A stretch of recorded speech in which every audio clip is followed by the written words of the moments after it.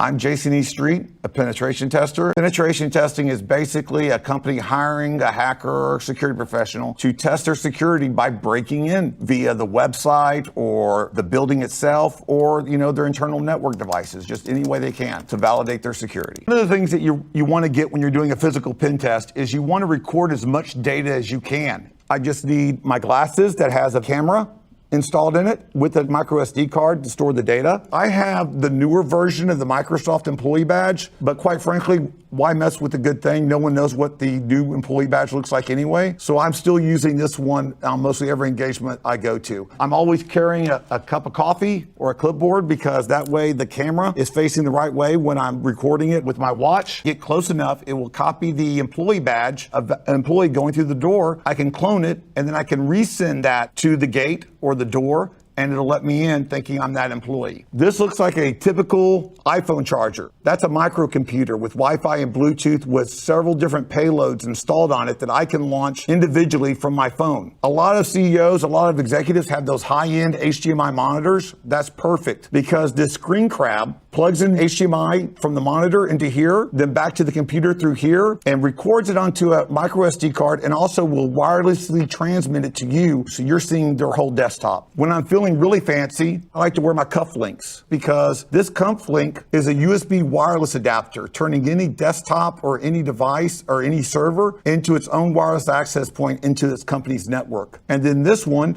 has the drivers and malware that I can read and copy over onto that drive and use it to launch the attacks with. Stylish and also scary. I can show you a video of when I was conducting a physical pen test on a bank. Here you can see me going in and compromising the first machine within 15 seconds. Awesome. Then you see the manager. I'm just here to do the USB audit, so I need to look at your computer real quick, okay? Actually escorting me into the data server to leave me unattended into their vault. Appreciate your help. Thank you very much. Y'all take care. I gave them no documentation, no validation. All it took was a forged Microsoft employee badge to get me all this access. How did that just happen? I will leave USB drives in company bathrooms, in lobby bathrooms, and more importantly, when I'm on an engagement, I have a stack of blank envelopes. When I see someone that's not at their desk or in their office, but I see their nameplate, I write their name on the empty envelope. I put a malicious USB drive in it. I leave it on their desk, 99.9% success rate, because who's not going to open up a sealed envelope in the secured area that they're in and not plug that into their computer? Do you get hacked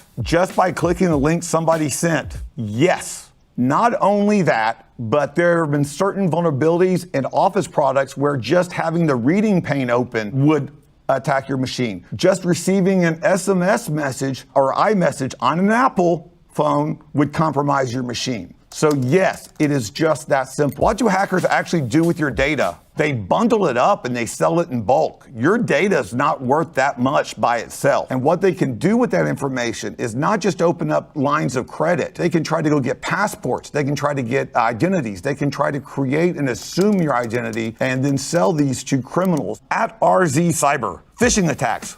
Why is email still such an easy target for hackers? My hot take, because companies are too busy investing in technology instead of investing in their employees. If they invested more time and money in educating their employees on what kind of attacks are going on and how they're part of the security team from day one, you would have a lot less successful phishing attacks. Phishing attacks are becoming more and more prevalent. 82% of attacks are started with a phishing email. Over $30 billion has been lost because of these kind of phishing attacks.